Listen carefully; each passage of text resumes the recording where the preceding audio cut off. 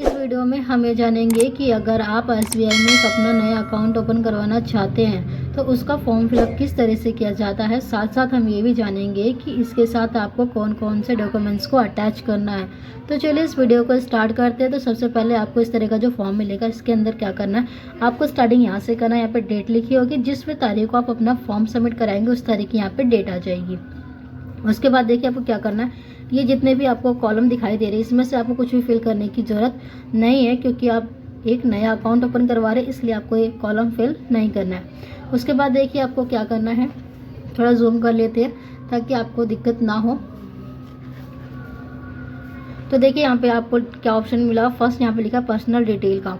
तो ये आपको यहाँ पे अपनी डिटेल देनी है, जैसे कि यहाँ पे नेम लिखा हुआ है, यहाँ पे जिस भी व्यक्ति के नाम पे आप अपना अकाउंट ओपन करवाना चाहते हैं, किसी के नाम पे भी, तो यहाँ पे उनका नाम आ जाएगा। उसके बाद अगर आप सरनेम लिखना चाहते हैं तो आपको क्या करना है, एक कॉलम ब्लैंक छोड़ देना है और उसके बाद आपको यहाँ पे सरनेम लिख देना है। सरनेम चाहे आप कुछ भी यूज़ करते हो, गुप्ता, शर्मा, कुछ भी।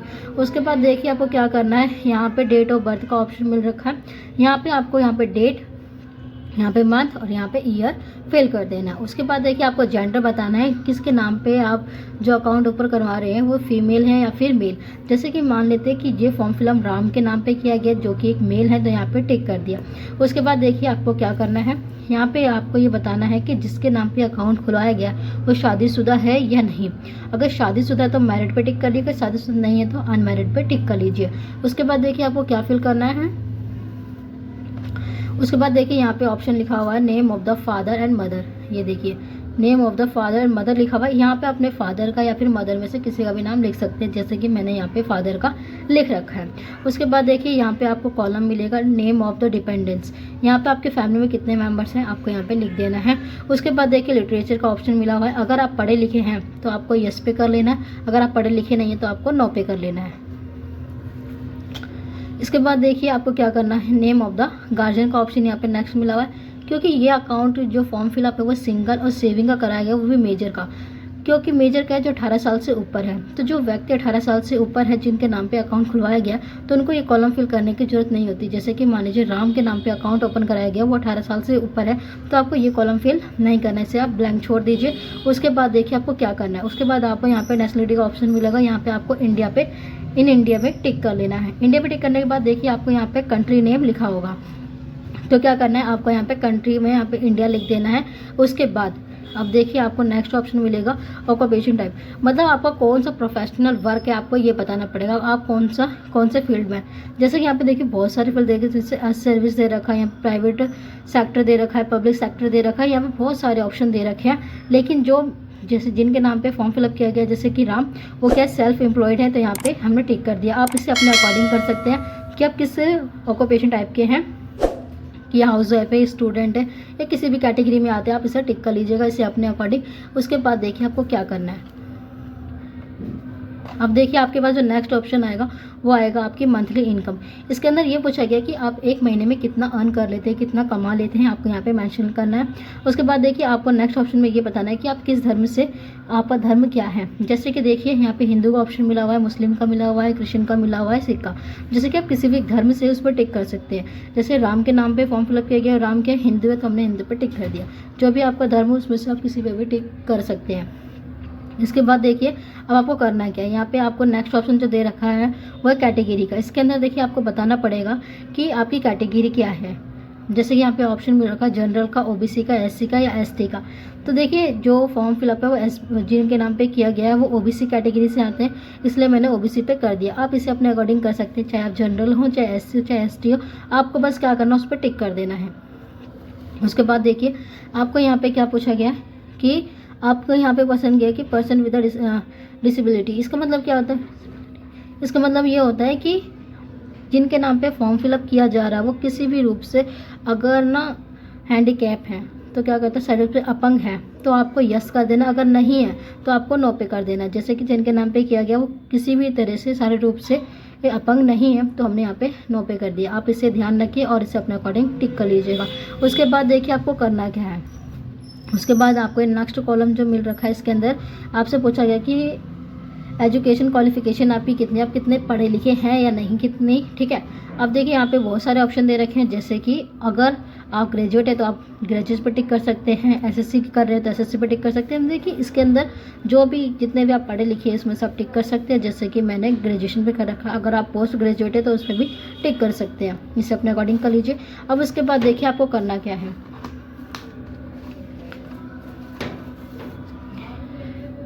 उसके बाद देखिए आपको बस एक चीज़ ध्यान रखना है कि इस पे क्या करना है, आपको नो पे टिक कर देना है। उसके बाद आपको यहाँ पे कुछ नहीं फिल करना। फिर देखिए यहाँ पे आपको ऑप्शन मिलेगा place date of the birth, मतलब सिटी ऑफ बर्थ लिखा हुआ है यहाँ पे। मतलब क्या, आप जिस भी राज्य में या जिस जगह पे आपका जन्म हो उस जगह का आपको नाम लिख देना, जैसे कि कौन सी सिटी लिख रखा है हमने, दिल्ली लिख रखा है।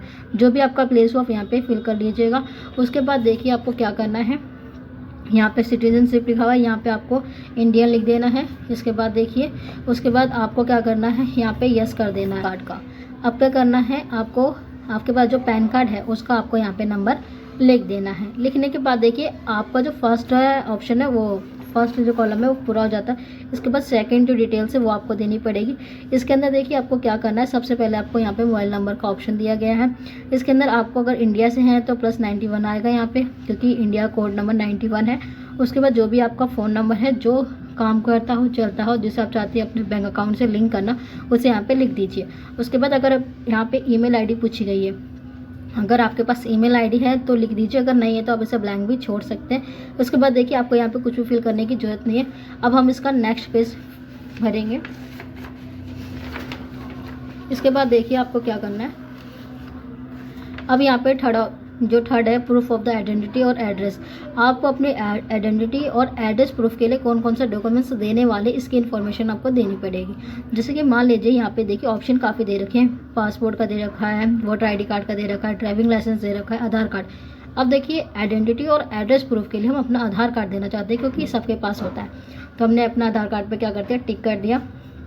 उसके बाद क्या करना है, आपको फिर यहाँ पे कुछ भी टिक करने की कुछ ज़रूरत नहीं है। उसके बाद सिंपल से आपको क्या करना है, यहाँ पे जो आधार कार्ड है आपका, तो उसका एक आधार कार्ड का नंबर होता है, वो आपको यहाँ पे फिल कर देना है। देखिए यहाँ पे आपको यहाँ पे अपने आधार कार्ड का नंबर लिख देना है। उसके बाद आधार कार्ड को जो इशू करने की डेट होती है उसको यहाँ पे लिख देनी है। उसका देखिए यहाँ पे एक्सपायर लिखा हुआ है, क्योंकि आधार कार्ड की कोई एक्सपायर डेट नहीं होती है तो आपको कॉलम फिल नहीं करना है। उसके बाद देखिए आपको क्या करना है, यहाँ पे एड्रेस डिटेल लिखा हुआ है। अब आपको अपने एड्रेस की आपका जो भी पता है एड्रेस है उसकी थोड़ी सी इन्फॉर्मेशन देनी पड़ेगी। अगर आपका जो एड्रेस है वो परमानेंट एड्रेस है तो आपको क्या करना है, इस पर टिक कर देना है। परमानेंट पर टिक कर दिया। अगर आपका वही फिक्स एड्रेस है तो टिक कर लीजिए। उसके बाद आपको जो सेकंड ऑप्शन दे रखा है रेजिडेंटल का, इस पर आप टिक कर दीजिए। टिक के सेकंड को ऑप्शन पे ही टिक कीजिएगा। उसके बाद देखिए क्या करना है, यहाँ पे एड्रेस लिखा हुआ है। अब एड्रेस जो भी आपका है आप यहाँ पे फिल कर दीजिए, जैसे कि मैंने यहाँ पे कर रखा है। उसके बाद देखिए आपको क्या करना है, यहाँ पे सिटी, अगर आप सिटी से हैं तो आप पे सिटी मेंशन करिए, अगर आप गांव से विलेज से तो आपको यहाँ पे मेंशन करना पड़ेगा। जैसे कि मैंने यहाँ पे न्यू दिल्ली लिख रखा है। उसके बाद स्टेट बताना है किस स्टेट से हैं, जैसे दिल्ली है तो मैंने यहाँ पे मेंशन कर रखा है। उसके बाद डिस्ट्रिक्ट बताना है, आप जिस एरिया में रहते हो कौन सा डिस्ट्रिक्ट है। उसके बाद पिन नंबर, जिस भी एरिया में आप रहते हो उसका एक कोड नंबर होता है, वो आपको यहाँ पे लिखना पड़ेगा, जैसे कि मैंने लिख रखा है। उसके बाद देखिए अब क्या है, पांचवा आपको लिख रखा है एड्रेस डिटेल का, फिर से वही ऑप्शन दे रखा है। ये इसलिए दे रखा है कि इसका मतलब ये होता है कि आप जिस टाइम अकाउंट ओपन करा रहे, जो आपका जो एड्रेस है, अगर वो आपका परमानेंट एड्रेस नहीं है तो आपको याद देना पड़ता है। लेकिन अगर आपका परमानेंट एड्रेस होता है तो आपको क्या करना है, ये कॉलम कुछ भी फिल करने की जरूरत नहीं होती। सिंपल सा आपको क्या करना है, same as the current and permanent address जो ऑप्शन मिला है इस पर टिक कर लीजिए। इसका मतलब ये होता है कि आपने जो ऊपर एड्रेस दिया है वही आपका परमानेंट एड्रेस है, तो आपको क्या करना है, सिंपल से टिक कर देना है। इसके बाद आपको इसमें कुछ छेड़खानी नहीं करनी है। अब देखिए इसके बाद जो आपको यहाँ पे 6 कॉलम का जो ऑप्शन दिख रखा है, इसमें से आपको कुछ भी फिल करने की जरूरत नहीं है, इसे आप छोड़ दीजिए। उसके बाद देखिए क्या करना है, आपको यहाँ पे अपनी फ़ोटो पेस्ट कर देनी है। ध्यान है ये फ़ोटो क्या होनी चाहिए, ज़्यादा पुरानी नहीं होनी चाहिए। और उसके बाद आपको यहाँ पे अपना सिग्नेचर कर देना है। फिर देखिए फिर यहाँ पे डेट आ जाएगी, जिस तारीख को फॉर्म सबमिट कराएंगे, फिर यहाँ पे प्लेस आ जाएगा, ठीक है, प्लेस फिल कर दीजिए।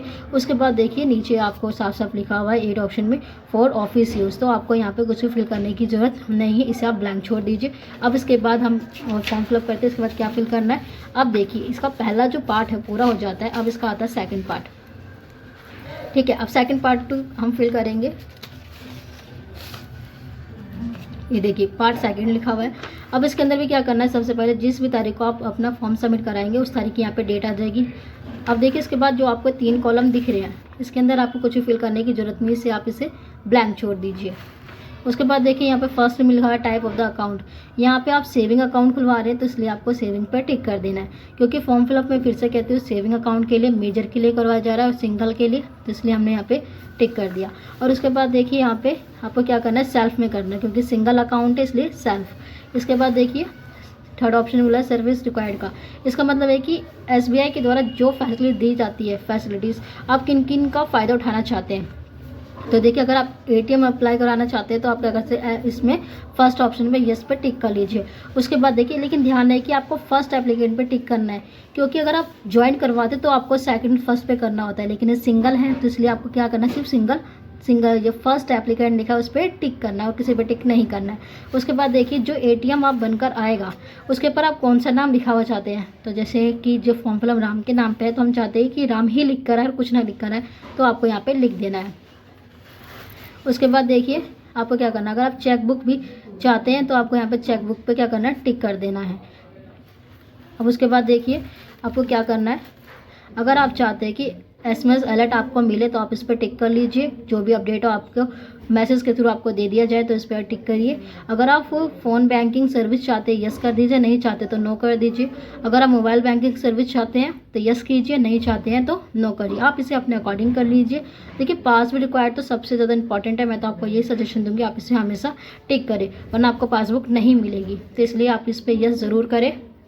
इसके बाद देखिए आपको करना क्या है, अब देखिए यहाँ पे 4 ऑप्शन मिल रखा है, इसके अंदर आपको क्या कुछ भी फिल करने की ज़रूरत नहीं है, क्योंकि हम सेविंग अकाउंट खुलवा रहे हैं इसलिए आपको फिल करने की कुछ भी ज़रूरत नहीं है।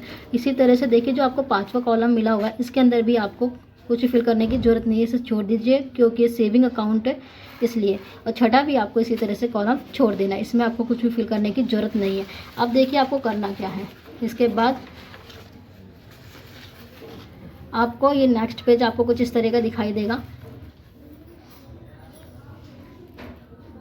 अब देखिए इसके अंदर करना क्या है, इसके अंदर आपको नॉमिनी DA फर्स्ट जो फॉर्म में से फिल करना है। अब नॉमिनी किसे बनाना चाहते हैं, देखिए नॉमिनी बनाना सबसे ज़्यादा इंपॉर्टेंट है। मान लीजिए आपके साथ किसी तरह की दुर्घटना घट जाती है तो जो आपका अमाउंट होता है, जितना भी पेमेंट है वो पेमेंट आपके नॉमिनी को दे दिया जाता है।